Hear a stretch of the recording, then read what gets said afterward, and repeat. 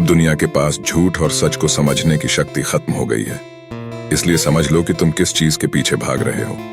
जो तुम्हारे हृदय में विराजता है उससे अपना संबंध बनाओगे, उससे अपना तार जोड़ोगे, तो जो चीजें तुम्हें दुखी करती थीं वे होंगी जरूर, पर तुम्हें दुखी नहीं कर पाएंगी। क्या तुम सचमुच मानते हो कि तुम इस संसार में एक मुसाफिर हो? काम तो ऐसे करते हो जैसे हमेशा यहाँ रहोगे।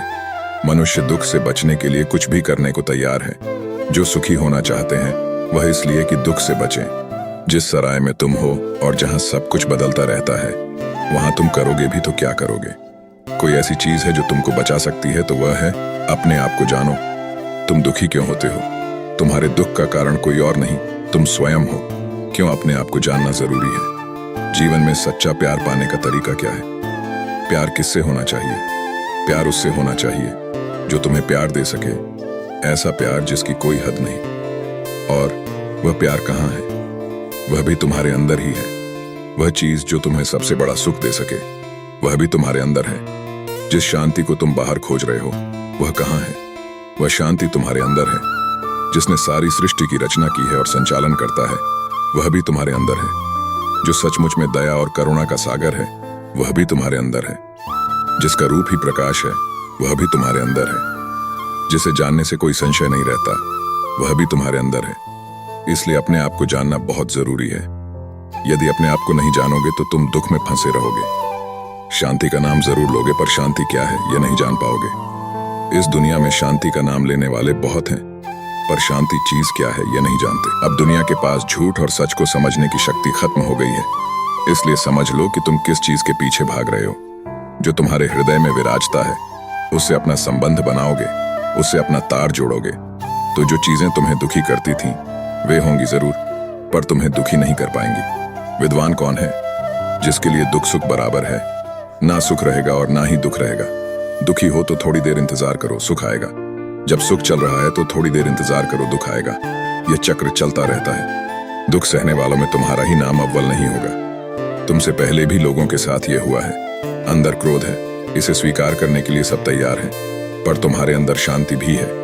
इस बात को स्वीकार करने के लिए कोई तैयार नहीं है क्योंकि उसका अनुभव नहीं किया है। जब तक अनुभव नहीं होगा तो जानोगे कैसे कि तुम्हारे अंदर दया है, तुम्हारे अंदर शक्ति है। तुम कमजोर नहीं हो, तुम्हारे अंदर बहुत बड़ी शक्ति है। तुम कल में रहना जानते हो लेकिन आज में रहना तुम नहीं चाहते हो। अपने आप में रहोगे तो तुम आज में रहोगे। दुनिया को जानोगे तो तुम कल में रहोगे। कल में क्या है?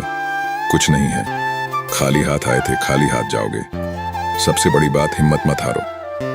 कोई समस्या तुम्हारे सामने आए, एक बात याद रखना कि तुम उस समस्या से बड़े हो। चींटी कभी हिम्मत नहीं हारती, तुम भी कभी हिम्मत मत हारो। अपने जीवन में अपने आप को समझो। जैसे भी रहो, खुश रहो, शांति में रहो, आनंद लो और फूलो फलो। संसार में आने के साथ ही हमें अपनी बुनियादी जरूरतों के लिए कार्य करना होता है। दुनिया में सभी जीवों को आंतरिक रूप से कुछ क्रिया करने के लिए डिजाइन किया गया है। यहाँ तक कि छोटी सी चींटी को भी सक्रिय रहना पड़ता है। जीवन में परिस्थितियां हमें अलग अलग भूमिकाएं सौंपती हैं। हम जो काम करते हैं वह आमतौर पर जीवन में हमारी भूमिका से परिभाषित होता है। हर भूमिका के साथ कुछ जिम्मेदारियां भी आती हैं। भगवद गीता के अध्याय 3 श्लोक 8 में भगवान कृष्ण कहते हैं कि क्या आप अपने कर्तव्य का पालन करते हैं, क्योंकि कर्म अकर्म से श्रेष्ठ है। कर्म से हटकर तुम अपने शरीर को भी नहीं रख सकते। कर्म शब्द संस्कृत मूल क्री से बना है जिसका अर्थ है कुछ क्रिया करना। मानव शरीर का उद्देश्य कर्म करना है। कर्मों का मार्ग किसी के धर्म से निकटता से संबंधित है। धर्म कर्तव्य है। कर्म को कर्तव्य या धर्म के रूप में अनुभव करना और व्यक्त करना है। ये कर्तव्य स्वयं के प्रति, अपने परिवार, समाज, अन्य प्राणियों और संपूर्ण पर्यावरण के प्रति है। अपने कर्तव्य को पूरा करने के लिए कार्य करने से बहुत संतुष्टि मिलती है। दूसरी ओर अपने कर्तव्यों को पूरा करने में असमर्थता आमतौर पर अपने साथ बहुत सारी परेशानियां लाती है। स्वस्थ शरीर बिना विचलित हुए आध्यात्मिक प्रगति में मदद करता है। इसलिए यह महत्वपूर्ण है कि व्यक्ति अपने को साफ, सुपोषित और मजबूत रखे। गतिहीन जीवन शैली जीने से कई बीमारियां आती हैं। व्यायाम की कमी से मांसपेशियां बेकार हो जाती हैं और शरीर सुस्त हो जाता है। लंबे समय तक निष्क्रियता न केवल शरीर बल्कि दिमाग के लिए भी हानिकारक होती है। मानसिक श्रम के बिना मन सुस्त और उत्साहहीन हो जाता है। काम बंद करने से व्यक्ति का पतन हो सकता है।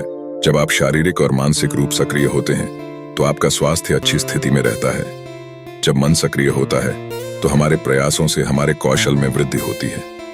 इसीलिए जीवन में निर्धारित कर्तव्यों का पालन करते रहें। स्वयं के प्रति, परिवार के प्रति, समाज के प्रति।